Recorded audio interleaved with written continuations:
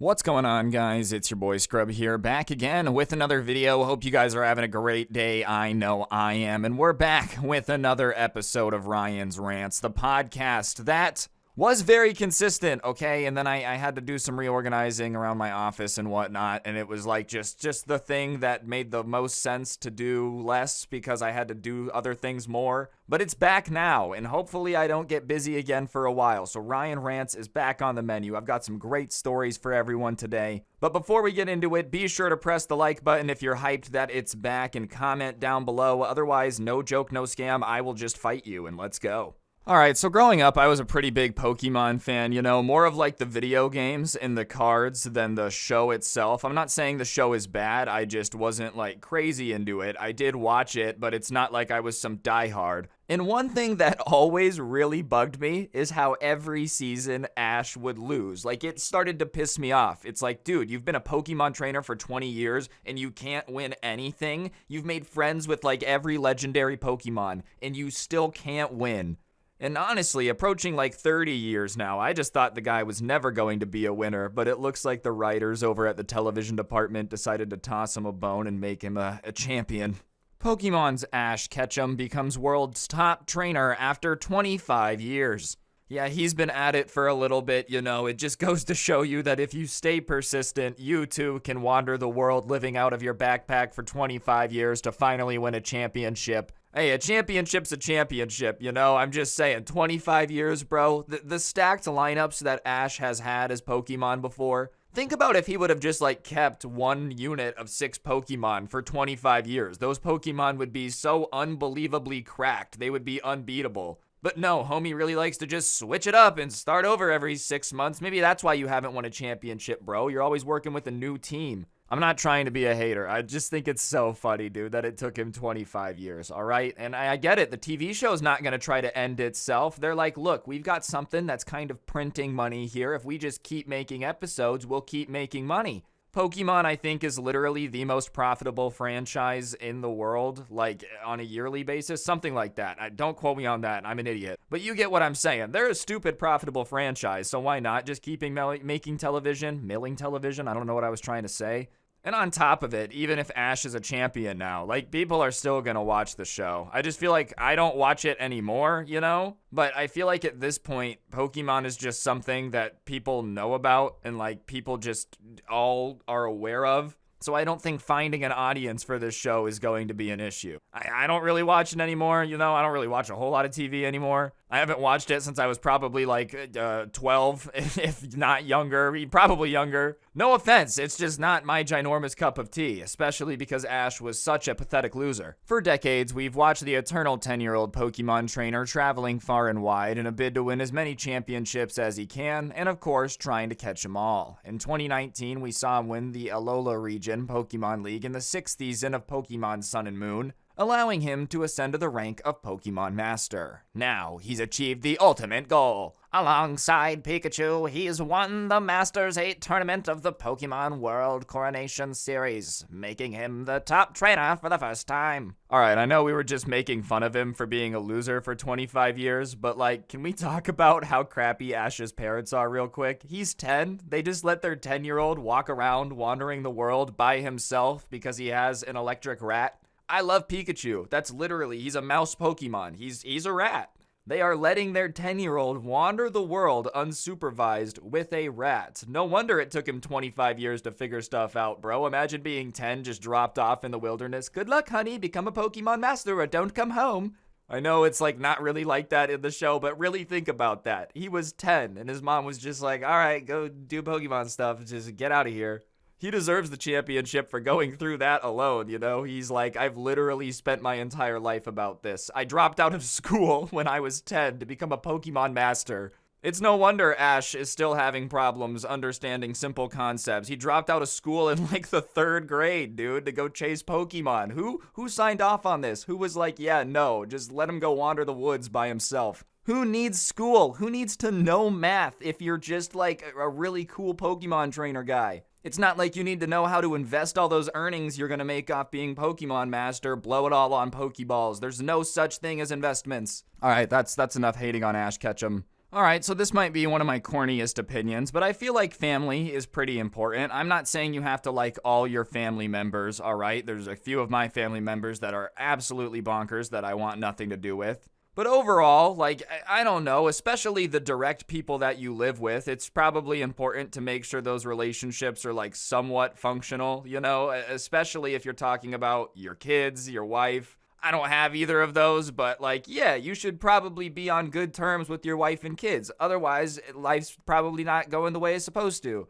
I'm not speaking from like, I don't know anything about it. I'm just assuming, all right? Some angry like single man in the comments right now is just like, you idiot, you don't understand. My wife ruined it. Like, it's just freaking out. I'm sorry, bro. I don't know. I'm just saying, this story's weird. Lottery winner dons mascot costume to hide jackpot from family. Man, he really said, okay, I just won the lottery. I'm about $40 million richer. The last thing I would want is for my kids, my wife, my mom, my dad to know that I've won any money, because then they would expect some of it. So I'm just going to borrow the mascot costume from the local basketball team and head on over to the lottery office, and we're good to go. I would love to know where he found a mascot costume on such short notice. Maybe he had one custom made. He's like, whatever, I won $40 million. What's a custom mascot costume? Or did he just go to like a local sports team and ask to borrow it? That would just be so funny. He just walks into the office. They're like, can I help you, sir? Yeah, I need to borrow your mascot costume. I just won $40 million. Really not trying to have anyone, especially my family, see me. It's understandable to not want people to know you won the lottery. Like, I think hiding your identity if you won $50 million makes sense. It's just very funny that he went out of his way to say it's from his family. Like, you would think it would be more like, I don't want every person who lives in this town to know that I just won a crap ton of money. Who wants every person they interact with to like just know that you won $40 million? Probably not a lot of people. So it makes sense that you would want to hide from that, but he really went out of his way to tell this news company, like, nah, my family doesn't need to know. A lottery winner in China donned a mascot costume to claim his $30 million lottery prize in order to keep his wife and children from finding out. The welfare lottery, said the man, identified only by the pseudonym Lee, said he'd been playing the lottery for about 10 years and normally uses the numbers 2, 15, 19, 26, 27, 29, 02. I just felt like the opening menu from Black Ops. The numbers, Mason, what do they mean? If you use these, you'll win 30 million at some point, pal. Remember those numbers. I love that he's been playing it for 10 years and he's still deciding to hide it from his family, which means like his family knows that he plays the lottery, I'm guessing, if he's been doing it for 10 years. And I'm sure they've talked about what they would do with the winnings and whatnot, and maybe that's why he's like, yeah, I'm not gonna tell them. He's over here like, I'm gonna invest it all, and his kid's like, I'm gonna buy 50 gaming computers to play 50 games of Fortnite at one time. I feel like keeping that a secret from your wife is like, I don't know, man. I feel like that's going to be a bad idea, and it is a bad idea. Because, like, that's your partner, you know? You guys are kind of committed till death do you part type of situation. What's mine is ours. So I don't know how she'll take the fact that you were hiding a $30 million jackpot. But I can understand why you don't want your kids, especially if they're, like, teenagers, to know that you have all this money, because you don't want them to become entitled. But it also is funny that he's been playing for 10 years, so he's thought about this a lot. So, like, he's thought this through many times, and in every time he's thought through this scenario, he's like, I can't tell my family because they're going to find a way to blow this. Lee showed up to collect his prize wearing a bright yellow cartoon mascot costume. He said he wanted to keep his jackpot a secret from his family. I have not told my wife or children. I'm concerned they might feel superior to other people and will not work or study hard in the future. He donated some of his winnings to a lottery fund that supports vulnerable communities in China. He said he does not yet have plans for the rest of the money. Like I said, I get not telling the kids, but I promise you that not telling your wife about this is going to backfire. Because she's going to find out. Like, there's no way she's not going to check the bank account one day and notice $30 million. And then it's a whole, why did you keep this from me in the first place thing. I don't know. I get the kids, though. Like, if you told like a 12-year-old that he had $30 million, he'd probably start acting like the most Minecraft Fortnite kid imaginable. I've never been in that situation, so I'm not sure, but I just feel like if you told someone that they had unlimited money and didn't have to work hard at a young age, they probably would not do it. That seems like pretty common sense. It's just so funny that he got a mascot costume. Like, I just feel like that's such a weird thing to go out of your way to get to disguise yourself. It's not like a ski mask or, I don't know, a Halloween mask. or like just a horror movie mask. Like I feel like a mascot costume seems like it would be so much harder to get than other things that can cover your face. Heck man, just get some like camouflage face paint, do a really nice blend. You can hunt deer right after or whatever you want to do. I love that he doesn't really know what to do with it, but he's going to donate some of it. It means at least he's going to like put some of it to a good cause. And I'm sure you don't want to get too invested if you're playing the lottery. I don't play the lottery, but it's not like you want to start spending the $30 million before you have it and get insanely depressed every time you don't win. Either way, I just thought it was funny that he's like trying to hide this lottery winning from his family. All right, so next up, I wanted to talk about the crypto world a little bit. For those of you that like aren't aware of how trading crypto works, which is buying and selling it, it's how you tend to make money. You have to do it on something called an exchange because there has to be a person to like buy what you're selling and vice versa. If you want to buy something, there has to be someone selling to you. And so all these exchanges popped up during this like huge crypto boom. And a lot of people were just keeping their cryptocurrency on those exchanges because it like wasn't worth it to pull it off and on if they were trading every day. And I don't think that's the smartest idea. That just is what a lot of people were doing.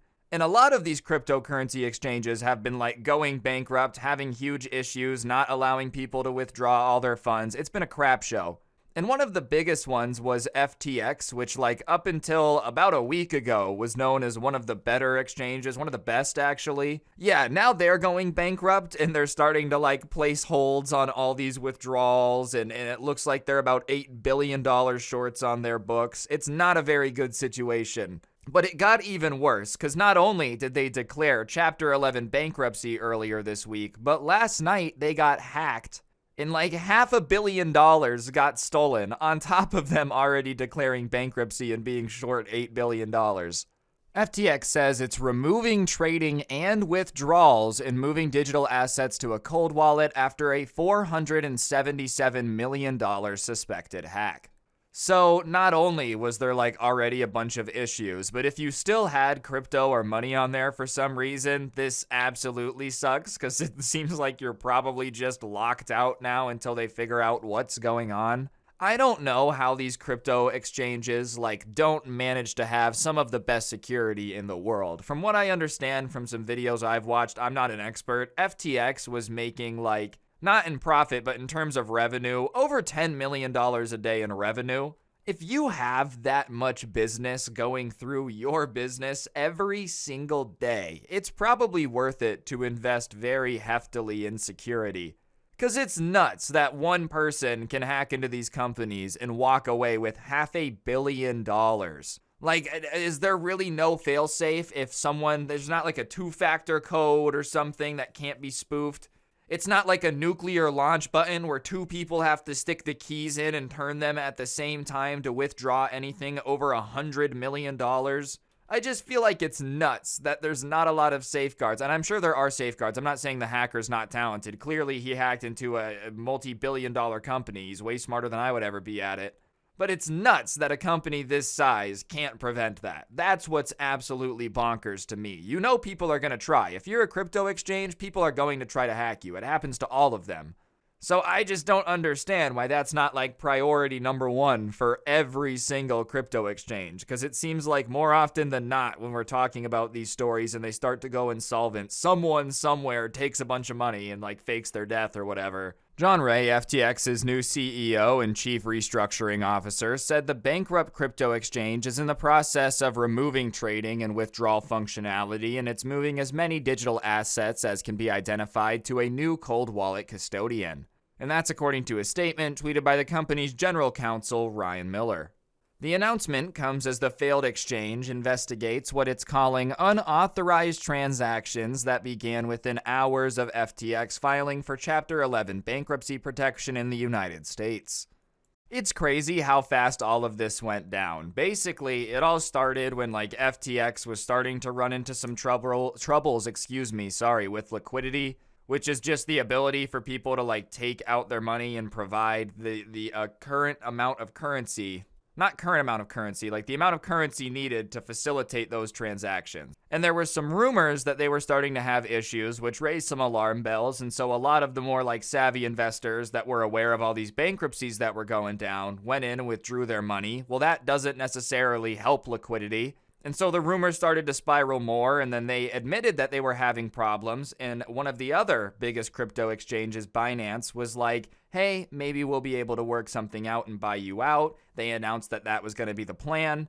A few days after that, or maybe not even a few days, maybe like a day after that, they come out and they're like, yeah, after investigating what's going on, we're not going to be able to do anything about this because it's just out of control.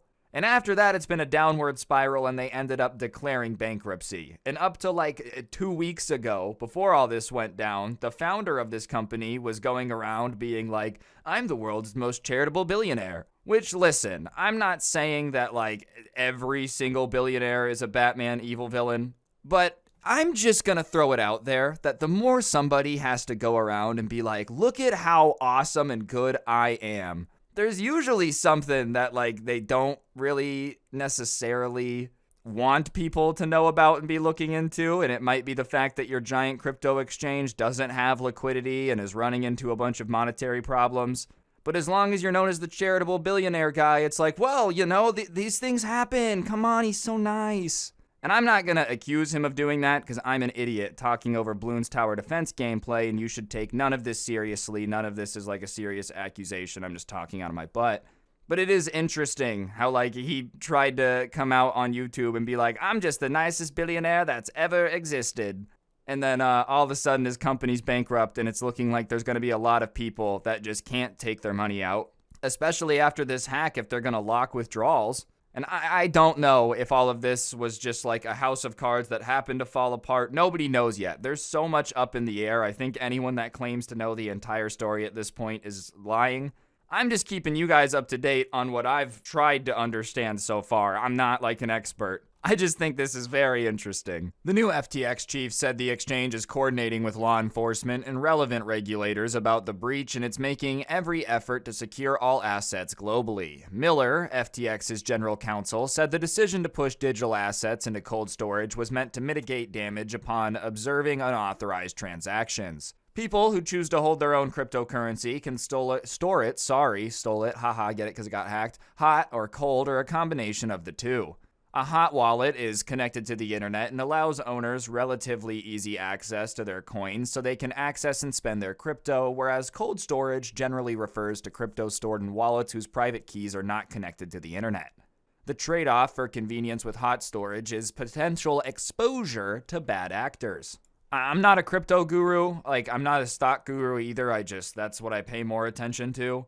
But I can say even I have realized at this point that if you're going to have crypto, cold storage is really the only way to go. Because it seems like every other week there's an exchange somewhere that gets hacked for like $30 million. And because crypto isn't insanely regulated yet, there's not a whole lot of like regulations on what happens in that scenario. Sometimes the exchanges are like, yeah, we'll cover it. Sometimes they steal too much and they can't. A bank, most banks, a credible bank has like an FDIC insurance on it, which basically means that if that bank goes out of business, the federal government will give you up to $250,000 from like what you have in that bank. So if a bank's being dumb and over leverages and goes bankrupt, like the government will come in and give you what you have in the bank. So unless you have a ton of money there, you'll get your money back. These crypto exchanges are not regulated at all, and most investment products don't have FDIC insurance, Like, I don't think most brokerage accounts do, but still, if you're going to be holding your crypto in a savings account on one of these exchanges, the idea is it should be in a place where, like, it's not easily accessible. People can't take it. And apparently, once again, I'm not an expert. This is just from other people that are smarter than me I've heard explaining this. What a lot of these exchanges have started to do is take that like capital that's supposed to be sitting in those savings account and start trying to leverage it so they can make more money. In order to do that, the wallet has to be easily accessible. So all of these like funds that people are thinking are safely stored somewhere are really in a hot wallet. So if someone gets in and hacks you, they can just drain you. And I'm not a crypto expert. That's just what I've understood from listening to smarter people explain it.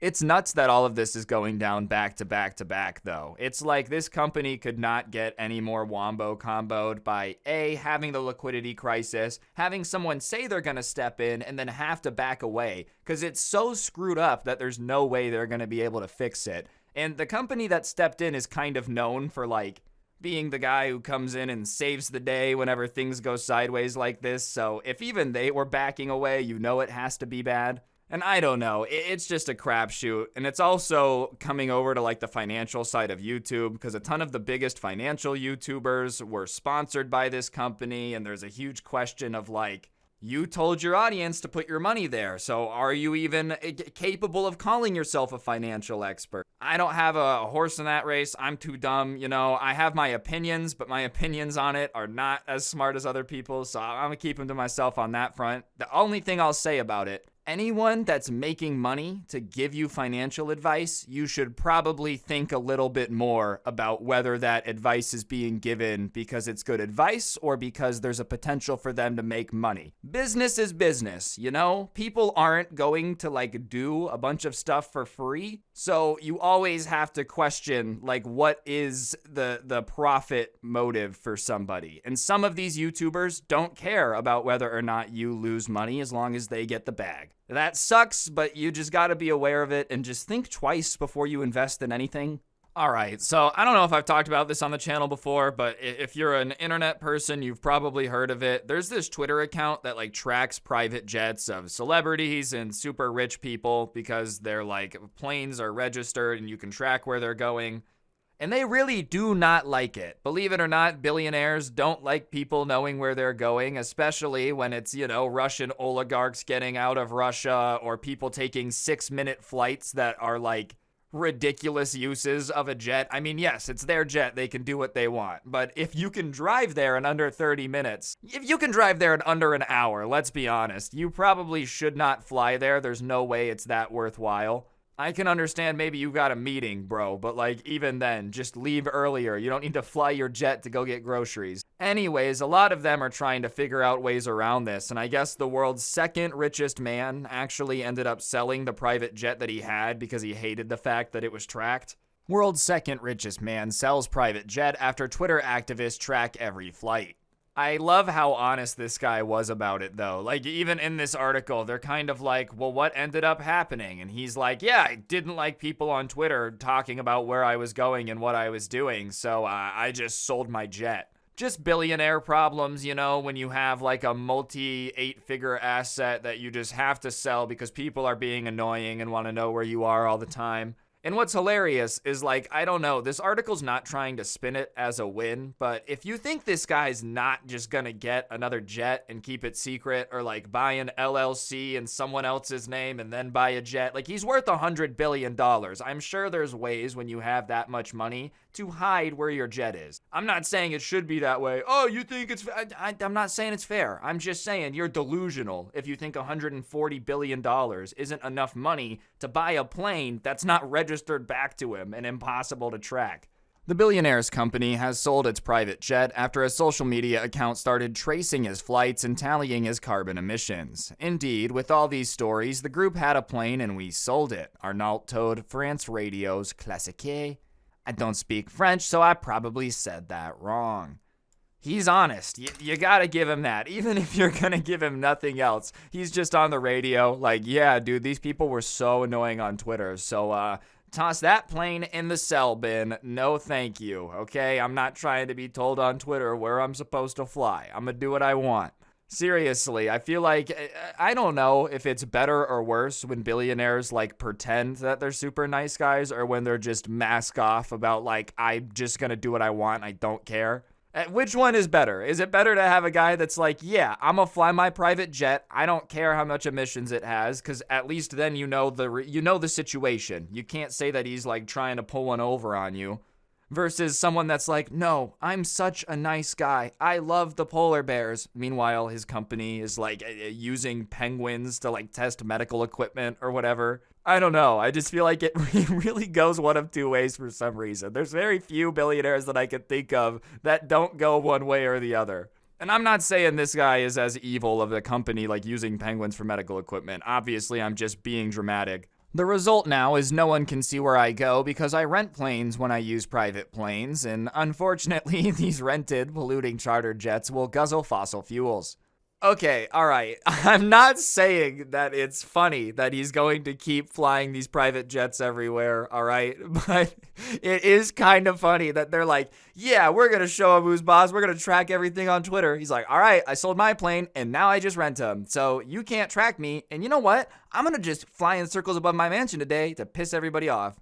I'm not saying that that's nice for the environment. I'm not saying he should do it. But on a pure, like, looking at life from a sitcom level, if you extrapolate this and turn it into a TV show, that is hilarious. Not in the way that, like, you should look up to the person, but it's almost impressive how petty he was open about being. This guy's got $140 billion.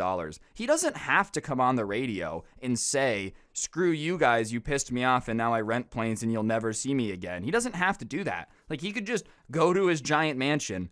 But no, he's petty enough to just hop on here and be like, yeah, I just rent them now and you guys are dumb and I'm going to keep flying in jets. It's just such like a honest thing to say. I don't know. Maybe it's different in Europe, but I feel like here people are so like PR focused.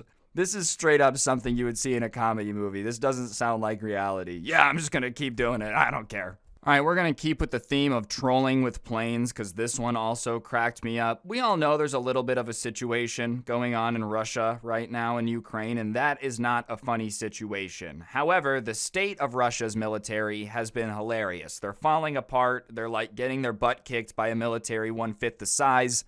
They're handing people rusted machinery. And on top of it, like, countries keep joining NATO. We have more troops there than we've had in a long time. Basically, their entire plan backfired, and we've been running missions, like, over the top of not their territory, but nearby, so we can get surveillance and, like, satellite images and stuff. And I guess some pilots decided that they would just do a little trolling. And it's not necessarily funny when you start thinking about the fact it could escalate in a nuclear war. But on a purely, you and your bro are flying a plane and you have this idea, it's kind of funny. U.S. Air Force flight spent 2 hours drawing a phallic pattern in the air near Russian military facilities. Like I said, okay, is it maybe the smartest idea to do in a military airspace? No. However, it is kind of funny to think about Russia just getting pissed off at the fact that we're flying over the top, like just doing shapes on the radar. Imagine being the guy in Russia in charge of tracking, like, all the U.S. military planes, you know. Sir, there's one doing circles. What could it be doing? Pull it up. Let's see where it was for the last hour. You pull it up, and you're all looking at it, and you're like, I don't know. It kind of looks a little bit like it's shaped like, we all know what it is. Don't say it out loud. They're trolling us.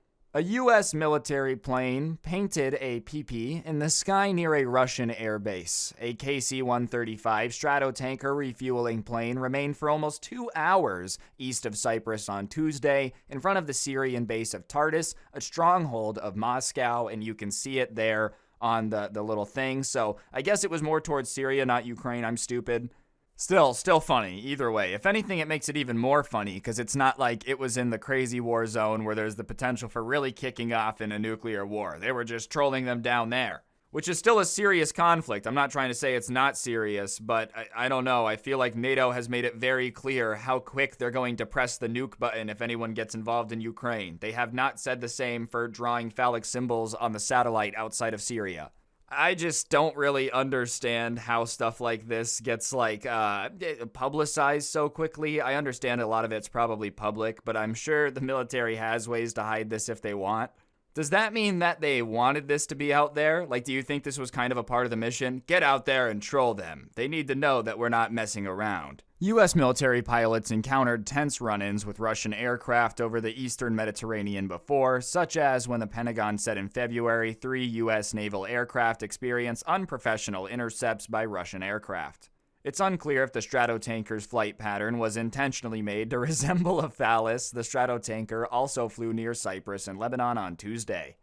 Hey, I'll give the article credit. At least it's trying to spin it. It's unclear if it was intentional. I mean, if you just look at the satellite image, there's no way that was an accident. I'm sorry. I refuse to believe that just happened completely on accident. And especially, you got to consider, Like, that's 2 hours that they spend flying this pattern. You're telling me over the course of 2 hours, they wouldn't have looked down and noticed? If anything, maybe it didn't start off that way. Like, maybe that wasn't its intention, but they start doing like half of it and they're just looking at it and they're like, well, we have to finish drawing it now because it's already half done.